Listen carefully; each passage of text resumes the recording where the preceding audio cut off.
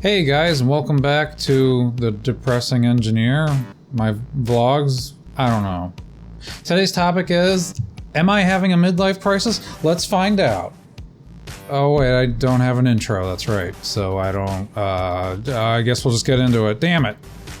If I had an intro, that's where I would launch it, but I don't have that. I have an outro, which, I don't know, in this day and age, does that even matter?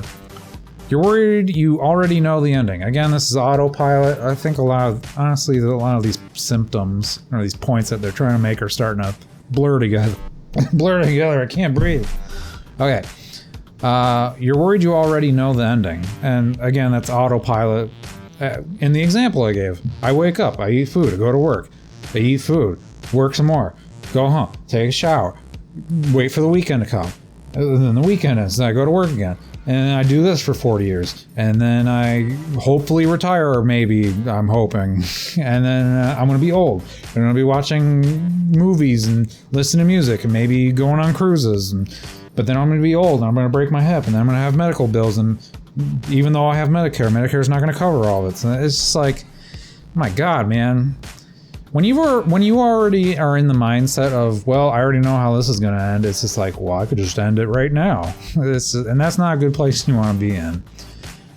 You're willing to walk away from your success.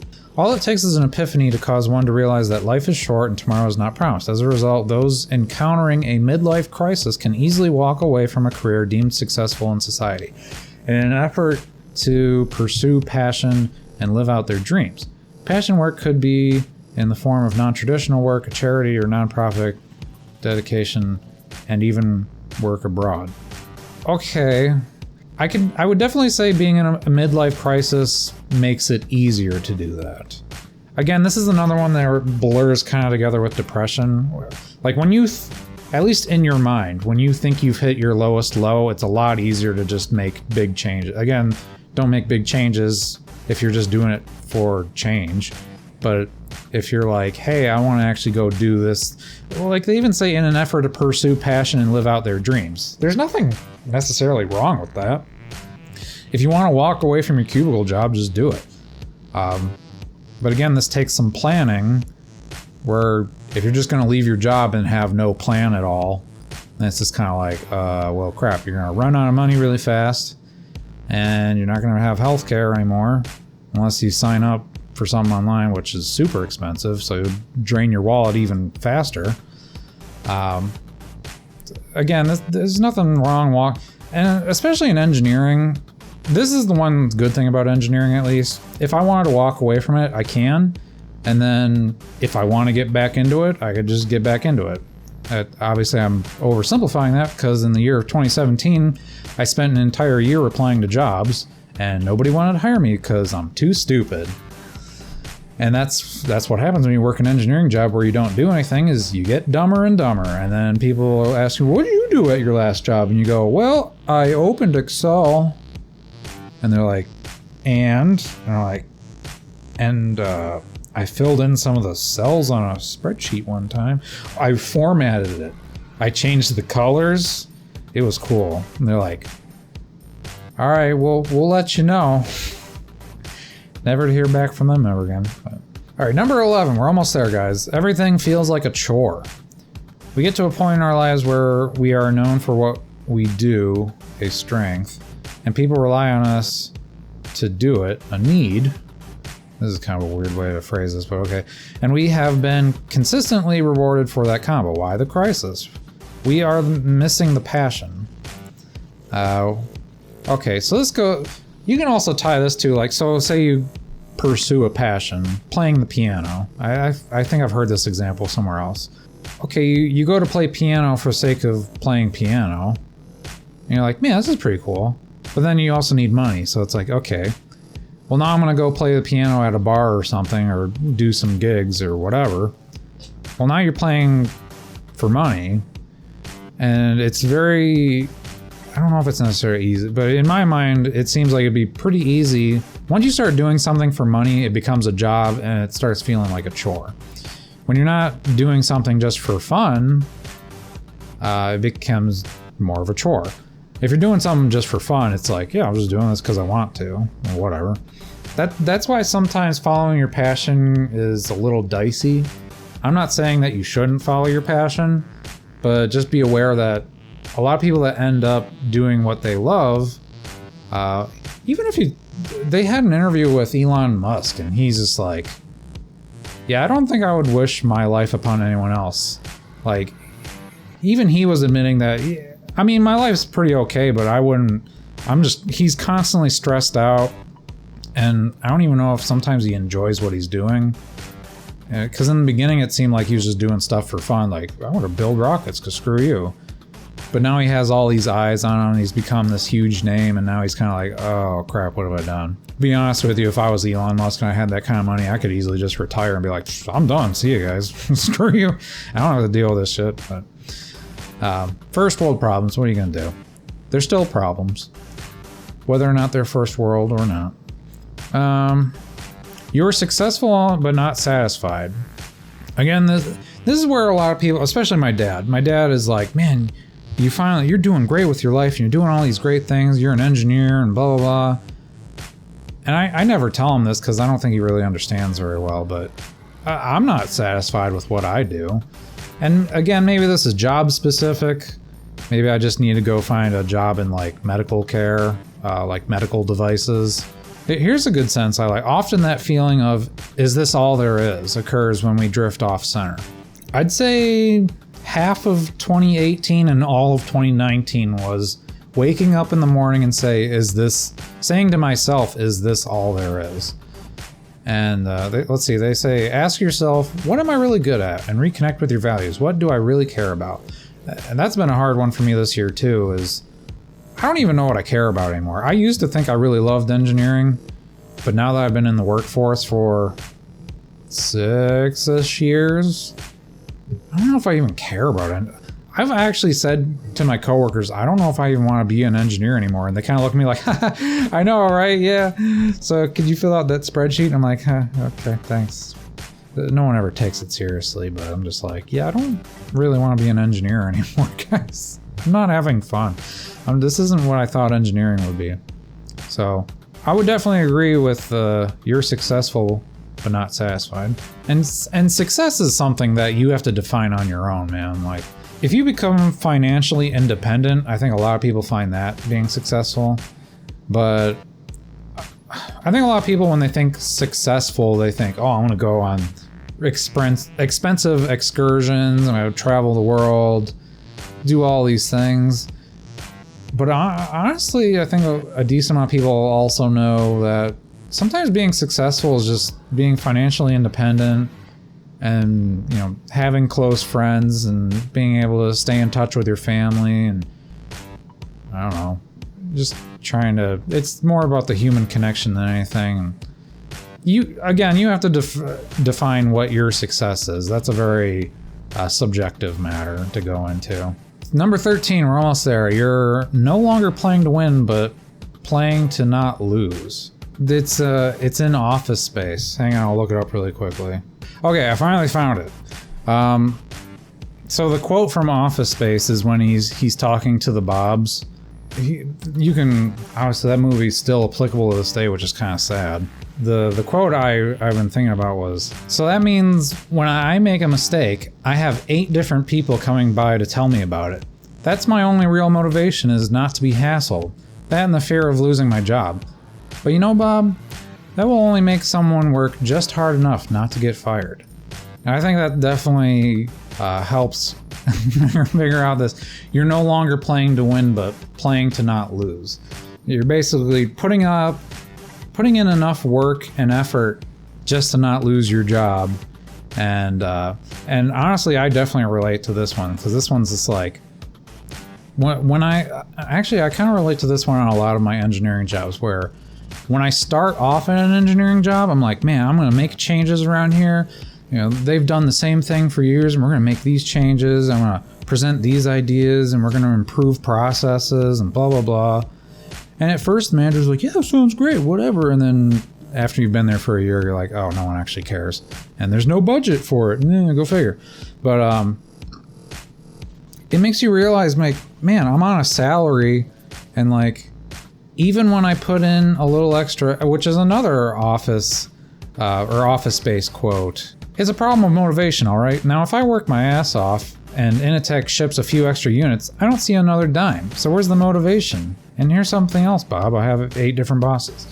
So yeah, it's like, especially in a salaried position, you can easily put in a lot more time, and some companies will pay you time and a half for overtime, and that's kind of compensation or whatever. What sucks about my current position is you have to work not even work, you have to, they call it donate. You have to donate 10 hours of extra time, and then you get paid. Not time and a half, just 1 times what you normally make. So you basically lose money for 10 hours, and then you go back to making what you usually make. It's like, well, where's the motivation to put any extra effort in, man? I'm just gonna come in here 9 to 5 and then leave, if that's the case. If you're not gonna give me any extra compensation or even like a little reward or something. Like, how am I supposed to get behind your message if you guys aren't gonna treat me like a human being? You're not playing to win, but you're playing just to keep your job, basically. It's never a good place to really be in. 14 is you're overwhelmed by the ticking clock. The first thought that came to my mind when I saw this was, if you're working an office job and you're just watching the minute hand go and you're like, come on. I don't really do that anymore. People don't even look at analog clocks anymore. You're really just watching the ticker go down. And you're like, oh my God, I just want to leave. Although I'm in a position where nobody really gives a shit what's going on, so I just leave whenever, well, not quite whenever I feel like it. It's usually about 2 o'clock where I'm like, look, if something important comes up, you can give it to me in the morning. I'm not going to deal with it right now. You just give me work in the morning, and it only takes me 2 hours to get it done, and then I'm out. Like, screw this. This one, on the other hand, is like, oh crap, I'm going to die one day. Life is too short. So they even say, as the years roll by, sometimes we are overwhelmed by the time we have left to live out our dreams and create our best life. This often results in burning desire to buy a car or sell the house. Usually this is not a new decision, but rather something that we've been contemplating and envisioning for some time. Give yourself permission to change without labels. Okay. I almost have the opposite problem with this. When I think about how I have to constantly come into this office job and sit at a desk for 9 hours, or less than that if I stealthily leave the office, it almost seems like life is going too slow and I want it to end fast. It sounds kind of silly saying that out loud, like, I want to just die already. Which is that autopilot thing, like, if this is the rest of my life, then fuck it, I don't want to do this shit anymore. But sometimes I just feel overwhelmed by like, oh my God, I have to do this for another 40 years. And that's if I'm lucky. And it's just like, dude, I don't want to do this shit for the next 4 years. But I think if you're having a midlife crisis at 45 to 55, you're probably getting to that point where you're like, oh God, I'm going to be retirement age soon. I better do something. A lot of older people, the best advice they can ever give you is to start early. Like, especially with saving money, investing, or starting a business is definitely a good idea when you're in your 20s, especially. It's just like, when you're in your 20s, that's the best time to start a business, of your own business, because you're like, even if it fails, you can still kind of, you have the time and energy to bounce back from it. Like, once you start hitting your 30s and even 40s, and if you're married, you've got kids and you got a house, you got to pay that mortgage, and once you start tacking on all these responsibilities, it's just like, oh, I've just locked myself into a draw at this point. Then you gotta start thinking about divorce and selling the house, selling kids. I mean, don't sell your kids, but you know what I mean. That's why, in my opinion, if you're young, don't stack up your abilities don't stack up your abilities. No, don't stack up your responsibilities until you feel financially secure and you're ready to make those commitments. Because you start getting married and having kids in your 20s, which I know a lot of Mormons have done when I lived in Utah. And then I think that's why a lot of people in Utah just get divorced. And then they got all these kids and shit. It's like, oh my God, this is a giant mess. No wonder most of you are all depressed. And then you gotta resort to a religion to make yourself feel better. That's my take. Anyways, so last one is, you're confused and unclear on your direction.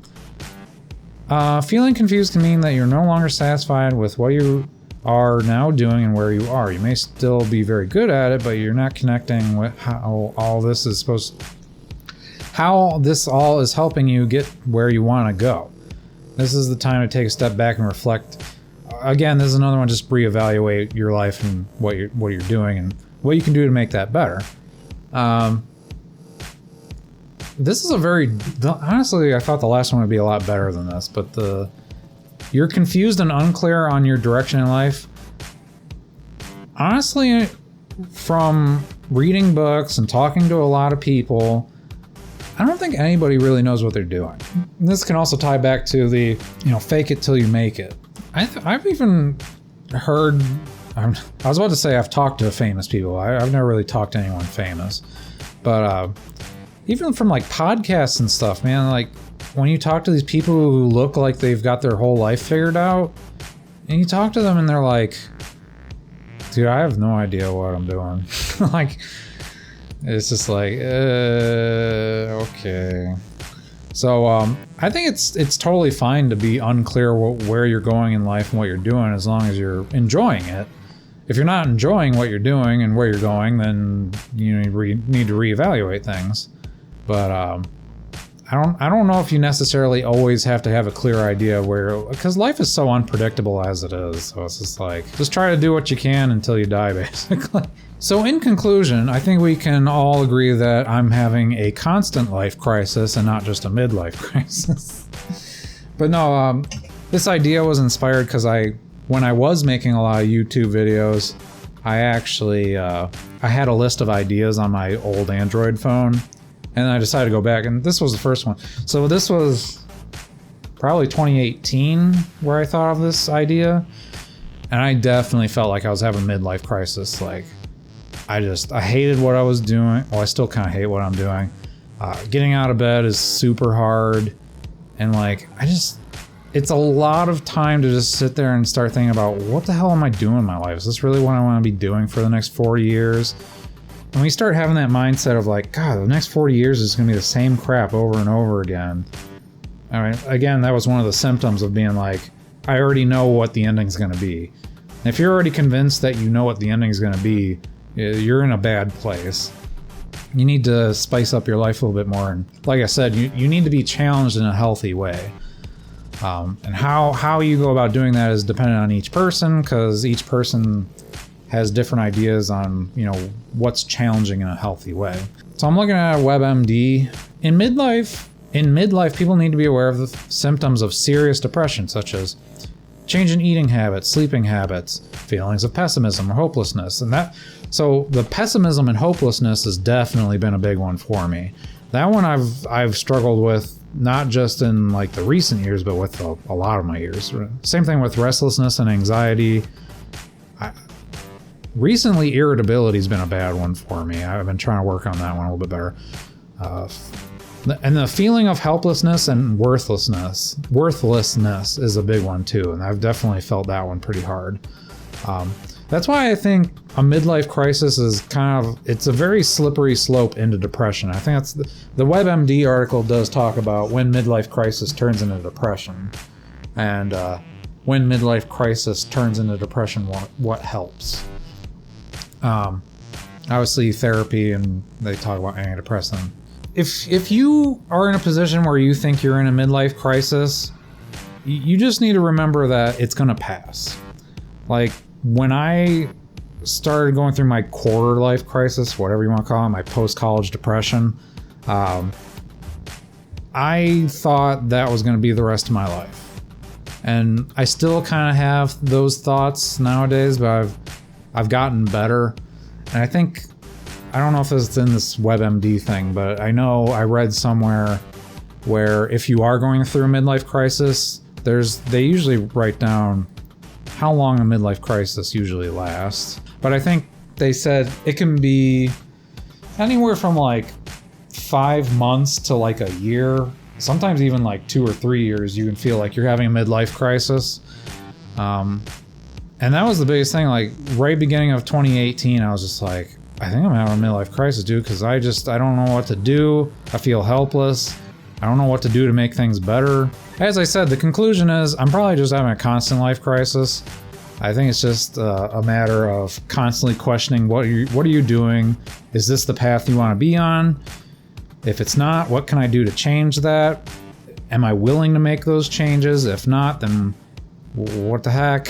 Like, so again, I've been on that slippery slope of depression and quote unquote midlife crisis.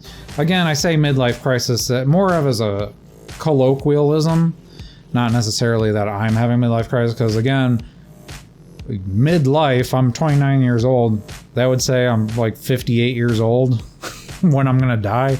I hope not. As long as you are challenging yourself in a healthy way and you're constantly asking yourself, is this what I want to do with my life, and am I doing the right things? You're probably gonna be in a, again, I just said midlife crisis usually lasts like 5 months to like a year, sometimes a little bit more depending on the person. But you're gonna have crises like this throughout your life. That's why sometimes I think midlife crisis is, again, it's a colloquialism more than anything. Like, you can have a quote-unquote midlife crisis when you're in your teens. These are just life crises. Like, I'm sure there are plenty of old people that are like, oh God, I wasted my youth and blah, blah, blah. Usually when you start hitting your 60s and 70s, you kind of want to start thinking about, okay, I kind of should be able to coast through the rest of my life. Or if you want to keep doing stuff, then if you got the energy to do it, then keep doing stuff. I'm not going to tell you that once you turn 60 or 70, you should sit down and shut up. That's not what I'm trying to say. Usually by that time, you kind of got majority of your life figured out. Again, as I said earlier in the video, it's very hard to just have your whole life planned and figured out, because life loves to just throw these little wrenches into the gears and mess up your plans constantly. But that's why I usually try to have backup plans and ways to mitigate that. A midlife crisis is more of like this surge of all these symptoms. Like, oh God, it's really just dawning on me that I'm gonna die one day and I really need to go do stuff and enjoy my life while I can. That's gonna happen through most of your life. I think it peaks in the middle of your life when you're like, oh God, why? But like, again, like I said, you're in your teens, 20s, 30s, you're gonna have times where you're sitting there going, am I doing the right thing? That little voice inside your head is just a constant chatterbox of what the hell am I doing with my life? And even in your 40s, 50s, and 60s, you're like, am I doing the right thing? Did I do the right thing? And you're probably gonna ruminate about the past and whatever. That's just kind of part of the human condition as is. Obviously, it can be kind of scary calling it a constant life crisis. But as I said, the constant life crisis, the symptoms, they're very mild, but still there. And I think over time, it's a lot easier to kind of just push them in the back of your head, and you don't have to constantly engage those thoughts. It's just when you're in the middle of your life, they start peaking and you go, oh God, I really need to start thinking about it. But you're probably gonna have little mini crises throughout your life. So in any case, guys, I hope you enjoyed this video. I probably should have showed the articles that I was reading off of, but again, I'm pretty sure you guys are smart enough to know how to Google search things. You can look these symptoms and signs up on your own. See if you're having a midlife crisis. Let me know in the comments below if you're having a midlife crisis. Again, we're all humans. We're all in the same boat together, really, in the grand scheme of things. Obviously, some people are in the nice part of the boat, and some people are in the shittier part of the boat. But we're all on this stupid planet together, so we're all human. We're all gonna have issues and emotional problems and life struggles. So you know how it is. But again, if you're feeling like you're having serious issues, it always helps to go talk to somebody. I think that helps mitigate a lot of these issues, is when you actually have friends and family to go talk to, or even just a therapist to go talk to. Makes things a lot easier to handle. It's kind of like with first world problems.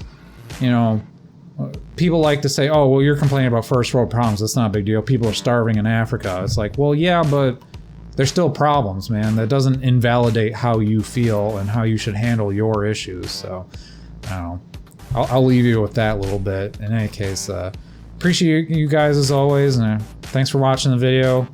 If you liked this, obviously subscribe, hit the like button. If you really hated this video, make sure you hit the dislike button, but you have to hit it twice. Really, just double click that dislike button if you really hated this video. That way I'll get a bunch of notifications saying, man, this guy really hated this video. So thank you guys, and hope to see you in the next one. Bye.